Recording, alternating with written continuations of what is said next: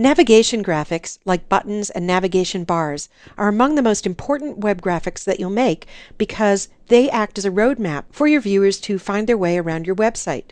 In this chapter, I'll focus on how to make static navigation elements like buttons and bars, and in a later chapter, I'll cover how to make graphics for rollover navigation. This movie covers how to use alignment features and the shape and type tools to make a simple navigation bar.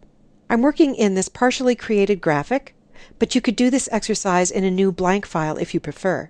I'm going to start by setting some guides to identify the area where I want to draw out a navigation bar. I'll go to the application bar here on a Mac or to the menu bar on a PC and click on the View Extras menu and choose Show Rulers. The rulers are displaying pixels, and if yours aren't, you can Control-click on a Mac or right-click on a PC in the ruler and choose Pixels. From the horizontal ruler at the top of the document, I'm going to click and drag a horizontal guide, and I'll drop it just above the groundswell type. Then I'll go to the vertical ruler and I'll drag out a vertical guide, and I'll drop that at about 300 on the horizontal ruler at the top of the document. Now I'm going to create a navigation bar in this area defined by the guides. To do that, I'm going to go down and select a geometric shape tool from the flyout menu of shape tools here in the toolbox. I'll choose a rectangle tool, but a rounded rectangle would work too. I prefer to use these shape tools over making a new layer and creating a pixel-based navigation bar because the objects created by the shape layers are vector-based, and that makes them eligible for editing in the future. So I could recolor or resize one of these shapes quite easily, as you'll see in a moment. With the rectangle tool selected, I'm going to go up to the View menu, and I'm going to confirm that there's a check mark to the left of the Snap command, and that in the Snap to flyout menu, there's a check mark next to Guides. That will allow me to draw out a shape, and it will automatically snap to these guides, so I don't have to be too careful about where I draw it. I just need to click close to the guides and start dragging. And you can see that the top and left side of this shape snapped right to those guides. When I release my mouse, I have a rectangular shape on its own layer here in the Layers panel that automatically fills with whatever color is over here in the foreground color box in the toolbox. Because this is a shape layer, I can easily resize it by going to the arrow tools in the toolbox and choosing the Direct Selection tool. Then I'll click on one of the borders of the shape, and that brings up these anchor points. Now I can click on the anchor points or on any edge of the shape and drag to reshape it. So I'm just going to make it a little wider. It's also easy to recolor a shape. To do that, I'll go to the shape layer, and I'm going to double-click on the leftmost icon on this layer, which represents the color of the shape. That opens the color picker, and with the color picker open, if I move my mouse out of the color picker, it changes to an eyedropper, and I can move over the image and sample a color like the green from the Groundswell logo. And that automatically recolors my shape. I'll say OK in the color picker to close that box. And so you can see how flexible a shape layer is. When I'm done editing the shape layer, I'm going to click on the right-hand thumbnail on this shape layer to deselect and to remove the light vector outline around the shape in the image. And then I'm going to get rid of these guides by going to the View menu and choosing Clear Guides. With the shape layer selected, I can go to the Move tool, and then I'm going to use the arrow keys on my keyboard to just nudge that navigation bar into place. Now I'd like to add some text buttons to this navigation bar. To do that, I'm going to the T tool in the toolbox, and I'm going to choose the horizontal type tool.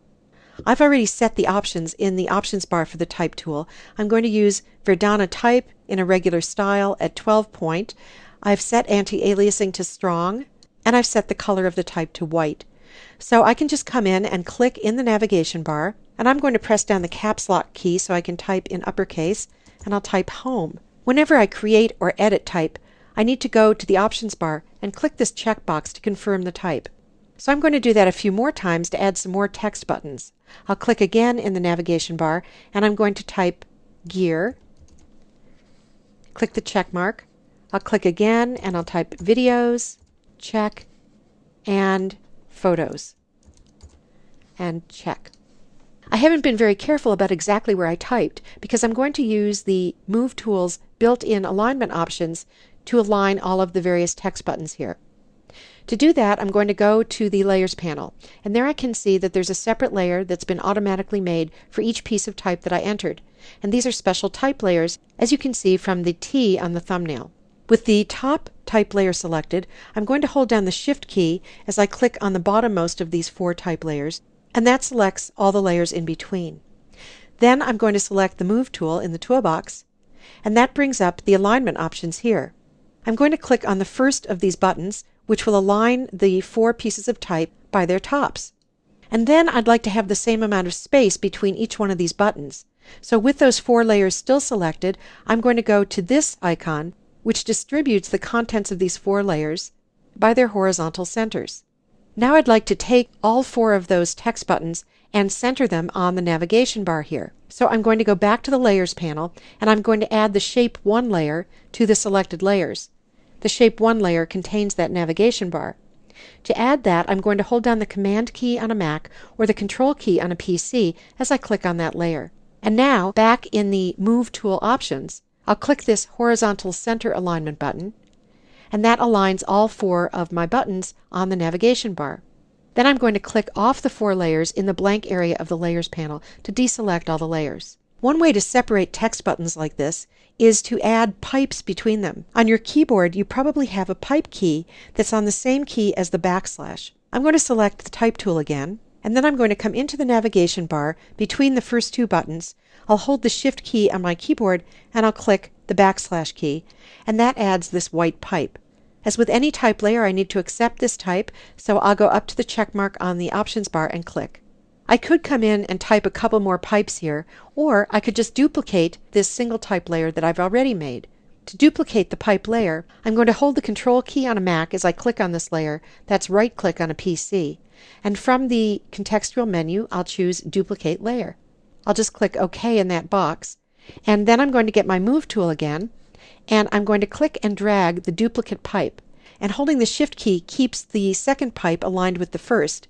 Notice these pink lines here. These are called smart guides, and they're another way to align objects with one another as you move them around in Photoshop. So I'm going to drag that pipe over between the next 2 text buttons, and then I'll go back to the Layers panel. I'll Control or right-click on this copy layer, choose Duplicate Layer again, click OK, and then again I'll hold the Shift key as I click and drag with the Move tool, and I'll drop that 3rd pipe in between the last 2 buttons. One of the nice things about type layers is that you can edit multiple type layers at one time. So for example, let's say that I want to change the color of the 3 pipes, each of which is on a separate type layer in the Layers panel. I've clicked on the top one, and now I'm going to Shift-click on the bottom layer there to select all 3. Then I'll get the Type tool again in the toolbox. Then I'll click on the Color field in the Type tool options bar to open the Color Picker. With the Color Picker open, if I move my mouse over a color in the navigation bar, that color is selected, and when I click OK in the Color Picker, all 3 pieces of type are automatically recolored with the orange that I just sampled from another part of the navigation bar. So those are some techniques for taking advantage of the alignment features in Photoshop, as well as the flexibility of shape layers and type layers to make a simple navigation bar.